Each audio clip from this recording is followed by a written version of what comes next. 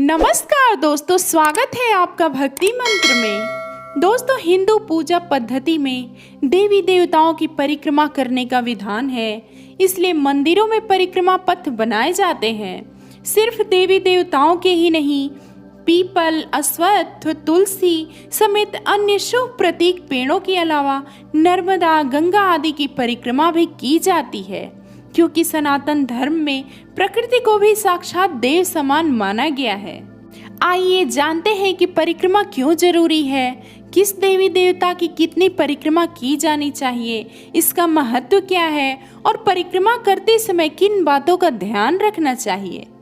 दोस्तों, लोग कहते हैं कि परिक्रमा करना जरूरी होता है, लेकिन क्या कभी आपने सोचा है कि ऐसा क्यों है? परिक्रमा, जिसे संस्कृत में प्रदक्षिणा कहा जाता है, इसे प्रभु की उपासना करने का माध्यम माना गया है। ऋग्वेद में प्रदक्षिणा के बारे में विस्तृत जानकारी मिलती है। ऋग्वेद के अनुसार प्रदक्षिणा शब्द को दो भागों में प्रा और दक्षिणा में विभाजित किया गया है। इस शब्द में मौजूद प्रा से तात्पर्य है आगे बढ़ना, और दक्षिणा मतलब चार दिशाओं में से एक दक्षिण की दिशा, यानी परिक्रमा का अर्थ हुआ दक्षिण दिशा की ओर बढ़ते हुए देवी देवता की उपासना करना। इस परिक्रमा के दौरान प्रभु हमारे दाईं ओर गर्भगृह में विराजमान होते हैं, लेकिन यहाँ महत्वपूर्ण सवाल यह उठता है कि प्रदक्षिणा को दक्षिण दिशा में ही करने का नियम क्यों है? दक्षिण दिशा में ही परिक्रमा क्यों की जाती है? परिक्रमा हमेशा घड़ी की सुई की दिशा में ही की जाती है, तभी हम दक्षिण दिशा की ओर आगे बढ़ते हैं। यहाँ पर घड़ी की सुई की दिशा में परिक्रमा करने का भी महत्व है। हिंदू मान्यताओं के आधार पर ईश्वर हमेशा मध्य में उपस्थित होते हैं। यह स्थान प्रभु के केंद्रित रहने का अनुभव प्रदान करता है। यह बीच का स्थान हमेशा एक ही रहता है, और यदि हम इसी स्थान से गोलाकार दिशा में चलें तो हमारा और भगवान के बीच का अंतर एक ही रहता है। यह फासला न बढ़ता है और न ही घटता है। इससे मनुष्य को ईश्वर से दूर होने का भी आभास नहीं होता, और उसमें यह भावना बनी रहती है कि प्रभु उसके आसपास ही है। यदि आप परिक्रमा करने के लाभ जानेंगे तो आपको बहुत खुशी होगी। परिक्रमा तो भले ही आप करते होंगे, लेकिन शायद ही इससे मिलने वाले आध्यात्मिक एवं शारीरिक फायदे को जानते होंगे। परिक्रमा करने से हमारे स्वास्थ्य को भी लाभ मिलता है। यूं तो हम मानते ही हैं कि प्रत्येक धार्मिक स्थल का वातावरण काफी सुखद होता है, लेकिन इसे हम मात्र श्रद्धा का नाम देते हैं। किंतु वैज्ञानिकों ने इस बात को काफी विस्तार से समझाया है। उनके अनुसार प्रत्येक धार्मिक स्थल पर कुछ विशेष प्रकार की ऊर्जा होती है।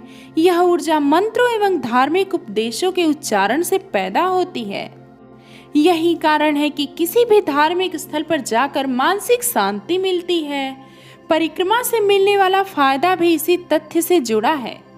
जो भी व्यक्ति किसी धार्मिक स्थान की परिक्रमा करता है, उसे वहां मौजूद सकारात्मक ऊर्जा की प्राप्ति होती है। यह ऊर्जा हमें जीवन में आगे बढ़ने की शक्ति प्रदान करती है। इस तरह न केवल आध्यात्मिक बल्कि मनुष्य के शरीर को भी वैज्ञानिक रूप से लाभ देती है। अब हम बात करेंगे कि कितनी बार परिक्रमा करनी चाहिए। जिस प्रकार हिंदू धर्म में हर धार्मिक कार्य एक संपूर्ण विधि विधान से पूरा होता है, ठीक उसी प्रकार से परिक्रमा करने के लिए भी नियम बनाए गए हैं। परिक्रमा किस तरह से की जानी चाहिए, कितनी बार की जाए, यह सब जानना बहुत जरूरी है। तभी आपके द्वारा की गई परिक्रमा का फल आपको मिलेगा। आदि शक्ति के किसी भी स्वरूप की, अर्थात माँ दुर्गा, माँ लक्ष्मी, माँ सरस्वती, माँ पार्वती इत्यादि किसी भी रूप की परिक्रमा केवल एक ही बार की जानी चाहिए। भगवान विष्णु एवं उनके सभी अवतारों की 4 परिक्रमा करनी चाहिए।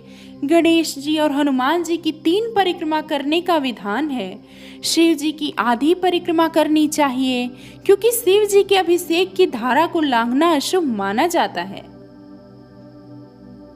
परिक्रमा करते समय कुछ बातों का ध्यान रखना भी बहुत जरूरी है।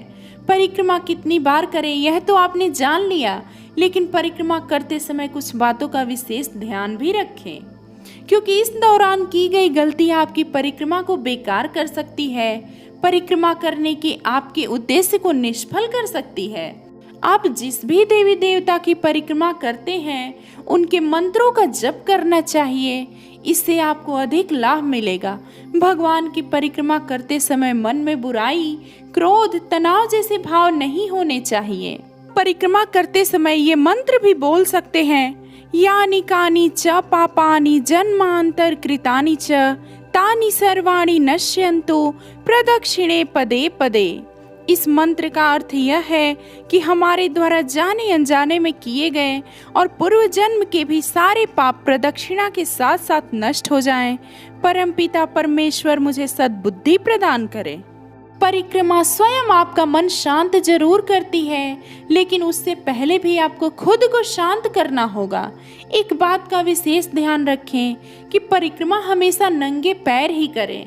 परिक्रमा शास्त्रों के अनुसार एक पवित्र कार्य है, इसलिए पैरों में चप्पल पहनकर उसे अशुद्ध नहीं किया जाना चाहिए। परिक्रमा करते समय बातें नहीं करनी चाहिए। शांत मन से परिक्रमा करें। परिक्रमा करते समय तुलसी, रुद्राक्ष आदि की माला पहनेंगे तो बहुत शुभ होता है। गीले वस्त्रों से परिक्रमा करना शुभ माना गया है। तो दोस्तों, अगर आपको ये जानकारी अच्छी लगे तो प्लीज़ लाइक ज़रूर करें। अगर आपने अभी तक मेरे चैनल को सब्सक्राइब नहीं किया है तो अभी कर लें और साथ ही बेल आइकन को क्लिक करें, जिससे आने वाली लेटेस्ट वीडियो सबसे पहले आपको मिले।